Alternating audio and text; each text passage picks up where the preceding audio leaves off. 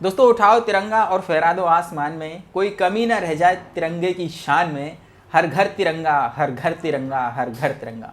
नमस्कार दोस्तों, मैं हूं निखिल रघुवंशी और आपका बहुत बहुत स्वागत करता हूं मैं आज के सेशन में। दोस्तों भारत की आज़ादी के 75 वर्ष पूरा होने पर आपको बहुत बहुत शुभकामनाएं। आज भारत की आज़ादी की 75वीं सालगिरह का जश्न मना रहा है। इस जश्न को आज़ादी का अमृत महोत्सव नाम दिया गया है। इस मौके पर भारत सरकार ने हर घर तिरंगा अभियान की शुरुआत की है और इस अभियान के तहत प्रधानमंत्री नरेंद्र मोदी ने 13 से 15 अगस्त के बीच हर घर तिरंगा को फहराने का आग्रह भी किया है। लेकिन इसका कारण क्या है, तो सुनिए। सरकार का कहना है कि इस अभियान के तहत नागरिकों का तिरंगे के साथ जो रिश्ता है वो और भी गहरा होगा और नागरिकों में देशभक्ति की भावना और प्रबल होगी। मुझे इस बात की बहुत ज़्यादा खुशी है कि सरकार देशवासियों और युवाओं में देशभक्ति जगाने का अभियान लेकर आई है। नहीं तो हमारे भारत के देशवासियों के दिलों में देशभक्ति केवल 2 ही दिन जागती है। एक तो 15 अगस्त यानी कि स्वतंत्रता दिवस पर और दूसरी 26 जनवरी यानी कि गणतंत्र दिवस पर। और मुझे ये कहने में बहुत ही अफसोस है कि अगर हम किसी युवाओं से 15 अगस्त और 26 जनवरी के बारे में पूछेंगे तो शायद वो ये भी नहीं बता पाते कि 15 अगस्त क्यों मनाया जाता है और 26 जनवरी क्यों मनाई जाती है, गणतंत्र दिवस क्यों मनाया जाता है। शशि जरा बता। ये आपका बेटा था आज़ादी मिली थी भाई हिंदुस्तान को। हाँ। किस दिन? अच्छा दिन तो नहीं, लेकिन 26 जनवरी। तो इस बात को लेकर मुझे बहुत खुशी है कि इस अभियान के तहत, मोदी सरकार के इस अभियान के तहत युवा देश से जुड़ेंगे। आइए अब मैं वीडियो की शुरुआत करता हूं। और हाँ, हर घर तिरंगा अभियान को हम समझते हैं और इस अभियान में आपका क्या सहयोग होगा, आप इस अभियान में किस तरीके से सहयोग करेंगे वो भी सुनिएगा, क्योंकि आपका सहयोग बहुत ही महत्वपूर्ण है। और एक इम्पॉर्टेंट खास बात, अगर आप सच्चे देशभक्त हो और इस देश से प्यार करते हो तो इस अभियान में आप जरूर से जरूर भाग लें। हर घर तिरंगा अभियान के तहत 13 से 15 अगस्त तक मतलब आने वाले स्वतंत्रता दिवस के मौके पर देश भर में 20 करोड़ से अधिक तिरंगे को घरों पर फहराने का लक्ष्य रखा गया है। इसमें देखो सभी सरकारी स्कूल और निजी प्रतिष्ठान भी शामिल होंगे। CAIT यानी कि फेडरेशन ऑल इंडिया ट्रेड्स के मुताबिक भारत में फिलहाल 4 करोड़ झंडे ही उपलब्ध हैं, यानी कि बाकी के झंडे का ऑर्डर केंद्र सरकार या राज्य सरकार अपने स्तर पर बनवाकर बिक्री करने की जगह पर पहुंचा सकती है। दोस्तों आगे बढ़ते हैं। देखो राज्य सरकारें चाहे तो केंद्र सरकार से राज्य की जरूरत के हिसाब से कुल झंडे की मांग भी कर सकती है या फिर अपनी तरफ से भी झंडे का इंतजाम कर सकती है। लेकिन केंद्र सरकार के मुताबिक ये झंडे 3 साइज में उपलब्ध होंगे और तीनों की कीमत भी अलग अलग होगी। जैसे हम 9 रुपए की बात करते हैं, 18 रुपए और 25 रुपए, इस तरीके की कीमतें डिसाइड की गई हैं केंद्र सरकार की तरफ से। लेकिन प्रश्न ये है कि भाई झंडा बनाने वाली कंपनियां शुरुआत में केंद्र और राज्य सरकारों को झंडे उपलब्ध करवाएंगी, वो भी उधार। नागरिकों को ये झंडे अपने पैसों से ही खरीदना होंगे। लोग चाहे तो एक मुश्त झंडा खरीद कर भी दूसरों को गिफ्ट भी कर सकते हैं, जैसे कि कॉर्पोरेट सोशल रिस्पॉन्सिबिलिटी के तहत ऐसा ही किया भी जा सकता है। पंचायतों, दुकानों, स्कूल, कॉलेज को इसमें जोड़ने का निर्देश भी जारी किया गया है। आम नागरिक भी इससे जुड़ेंगे, मतलब कि हमें भी जुड़ना है, आपको भी जुड़ना है और पूरा देश इससे जुड़ेगा।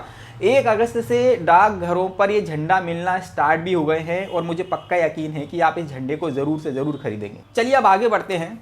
अगर केंद्र सरकार ने 20 करोड़ से ज़्यादा झंडे फहराने का लक्ष्य रखा है दोस्तों, तो इसमें कितनी राशि का खर्च होगा ये भी समझ लिए। इसको समझने के लिए मैं आपको थोड़ा सा पीछे ले चलता हूँ, फ्लैशबैक में ले चलता हूँ, जहाँ मैंने आपको ये कहा था कि भाई जो झंडे बनाने वाली कंपनियाँ हैं शुरुआत में उधार झंडे उपलब्ध कराएंगी और ये झंडे की कीमत 9 रुपये, 18 रुपये और 25 रुपये होगी। ये मैंने आपको पहले बता चुका हूँ। मतलब कि सरकारें झंडे शुरुआत में उधार खरीदेगी और जो झंडे आप लोग खरीदेंगे उससे उधार की राशि चुकाई जाएगी। इसको एग्जाम्पल के एक तरह से हम समझने की कोशिश करते हैं। देखिए अगर झंडों की संख्या 20 करोड़ है और एक हम एवरेज रेट अगर अपन बात करें तो हम 10 रुपये मान लेते हैं, इस हिसाब से 200 करोड़ रुपए का खर्च होगा। ये 200 करोड़ उन्हीं लोगों से आएंगे जो ये झंडे खरीदेंगे। अब जाहिर है कि इतने बड़े पैमाने पर भारत में ये झंडे एक बिजनेस हाउस ही नहीं बना रहा होगा, क्योंकि झंडों की संख्या बहुत ज़्यादा है। इसके लिए देखो कई स्वयं सहायता समूह हैं, लघु और मध्यम उद्योग से जुड़े व्यापारी भी इसके लिए झंडे तैयार करने का काम कर रहे हैं ताकि ज़्यादा से ज़्यादा मात्रा में ये झंडे उपलब्ध हो सकें। इसमें एक बहुत ही प्रमुख, जैसे कि हम जेल की बात करते हैं, जेल में जो कैदियाँ हैं, जैसे कि महिला कैदी हैं या पुरुष कैदी हैं जो सिलाई का काम जानते हैं, वो भी इस अभियान के तहत जुड़ेंगे और झंडों को तैयार करेंगे। अब सवाल ये है कि क्या आप अपने देश के लिए 10 रुपए का झंडा नहीं खरीद सकते? और मुझे पक्का यकीन है कि आप झंडा जरूर खरीदेंगे। और मैं दावा करता हूं 13 से 15 अगस्त के बीच चलने वाले इस अभियान में ये जो लक्ष्य रखा गया है, ज़्यादा से ज़्यादा ये झंडे खरीदे जाएंगे उस लक्ष्य को पूरा करने के लिए। और मैं दावे के साथ कह सकता हूँ कि ये झंडे का जो लक्ष्य रखा गया है उससे ज़्यादा झंडे ही खरीदे जाएंगे। और एक बात, झंडा खरीदना ही नहीं है, उसे अपने घर के ऊपर फहराना भी है।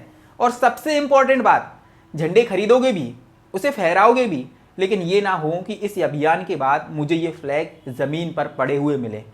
अगर फ्लैग को संभालने की औकात ना हो ना, तो फ्लैग मत खरीदना, बिल्कुल मत खरीदना। अब हम आगे बढ़ते हैं, इसे केंद्र और राज्य सरकारों के संदर्भ में भी समझने की कोशिश करेंगे। मतलब कि इसकी क्या भूमिका रहेगी केंद्र सरकार की और राज्य सरकार की। मान के चलते हैं कि राजस्थान सरकार ने 1 करोड़ झंडे फहराने का लक्ष्य रखा है। इसमें 70 लाख झंडे केंद्र सरकार से वह उपलब्ध कराने को कहा गया है और 30 लाख झंडे का इंतजाम, मतलब कि फ्लैग का इंतजाम राज्य सरकार खुद ही करेगी। लेकिन दोस्तों, शायद आपको मालूम भी नहीं होगा कि 26 जनवरी 2002 के पहले तक आम नागरिकों को राष्ट्रीय ध्वज फहराने की अनुमति नहीं थी। मतलब कि कोई भी आम नागरिक अपने घरों पर राष्ट्रीय ध्वज नहीं फहरा सकता था। लेकिन आज आप अपने घरों पर बेहिचक सुबह, दोपहर, शाम कभी भी तिरंगा फहरा सकते हैं। इसके लिए कोई पाबंदी नहीं है। बस आपको ये ध्यान रखना है कि आपको राष्ट्रीय ध्वज का पूरी तरीके से सम्मान करना है, उसे सुरक्षित रखना है और उसे संभालना है, उसकी प्रतिष्ठा और गरिमा का ध्यान रखना है।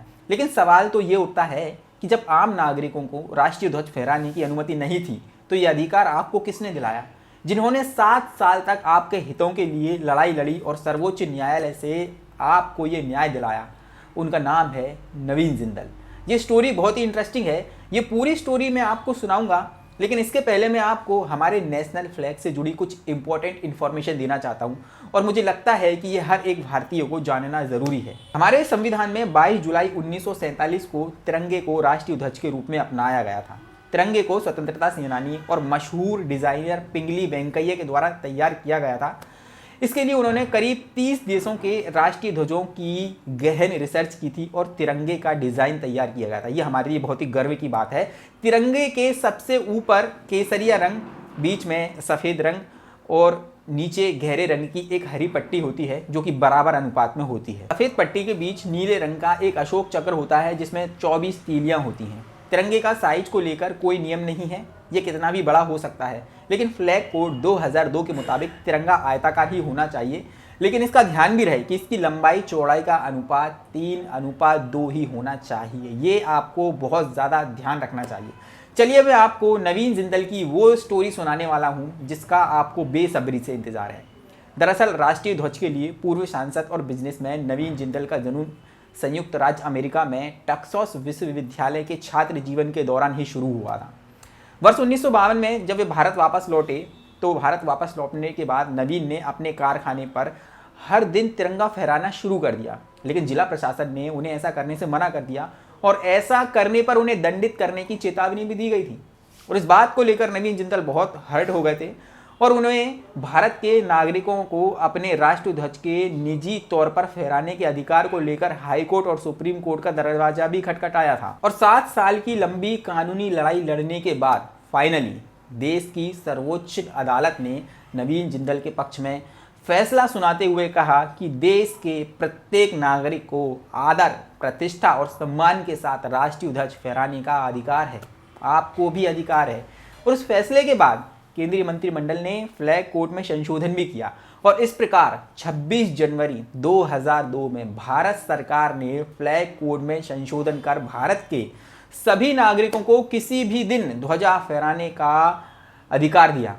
सुप्रीम कोर्ट के इस फैसले से प्रेरणा पाते हुए नवीन जिंदल ने फ्लैग फाउंडेशन ऑफ इंडिया की स्थापना की, जिसके माध्यम से वह देश के प्रत्येक नागरिकों को तिरंगे के साथ जोड़ना चाहते थे।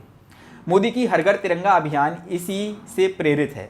दोस्तों, हमारी ध्वज संहिता मतलब कि फ्लैग कोड में 2 बड़े बदलाव भी हुए हैं, वो भी आपको जानना ज़रूरी है और बेहद ज़रूरी है। पहला ये कि राष्ट्रीय ध्वज को अब रात में भी फहरा सकते हैं। अब तक हम तिरंगे को सूर्योदय से सूर्यास्त के बीच ही फहरा सकते थे, लेकिन इस बदलाव के बाद आम लोगों को निजी संगठन या संस्थान में दिन रात तिरंगा आप कभी भी फहरा सकते हैं। दूसरा बदलाव ये कि अभी तक हाथ से बुने हुए काटा हुआ ऊन, कपास या रेशमी खादी से बना हुआ राष्ट्रीय ध्वज फहराने की अनुमति थी, लेकिन अब मशीन से बना हुआ कपास या ऊन या रेशमी खादी से बना हुआ तिरंगा या पॉलिएस्टर से बना हुआ तिरंगा भी आप लोग फहरा सकते हैं। दोस्तों, तिरंगे का अपमान करने पर 3 साल की कैद या जुर्माना दोनों ही हो सकती है। इसके लिए आपको गौरव अपमान निवारण अधिनियम 1971 की धारा 2 में प्रावधान भी ये भी किया गया है कि इसके तहत किसी भी सार्वजनिक स्थान पर अगर आप तिरंगे को जलाते हैं, कुचलते हैं या फाड़ते हैं या किसी भी तरीके का नुकसान पहुंचाने उसको अपमानित करते हैं तो इसके लिए आपको जो है 3 साल की सजा भी हो सकती है। ये आपको अपराध की कैटेगरी के अंतर्गत माना गया है। तो दोस्तों, मुझे पक्का यकीन है कि हर घर तिरंगा योजना में जितने लक्ष्य रखे गए हैं झंडे फहराने के, जो 20 करोड़ का लक्ष्य रखा गया है, और मुझे पक्का विश्वास है कि आप झंडा ज़रूर खरीदेंगे और ये जो 20 करोड़ का आंकड़ा है और उससे ज़्यादा झंडे बिकने की मुझे उम्मीद है। दोस्तों, आप इस वर्ष आज़ादी के 75 वर्ष पूरे होने पर इस अभियान में ज़रूर से ज़रूर भाग लें। मैं भी इस अभियान में ज़रूर से ज़रूर भाग लूँगा। तो फिर मिलते हैं मुद्दा क्या है कि नए एपिसोड में आपसे मिलूँगा। तब तक के लिए मुझे दीजिए इजाज़त और जय हिंद और धन्यवाद।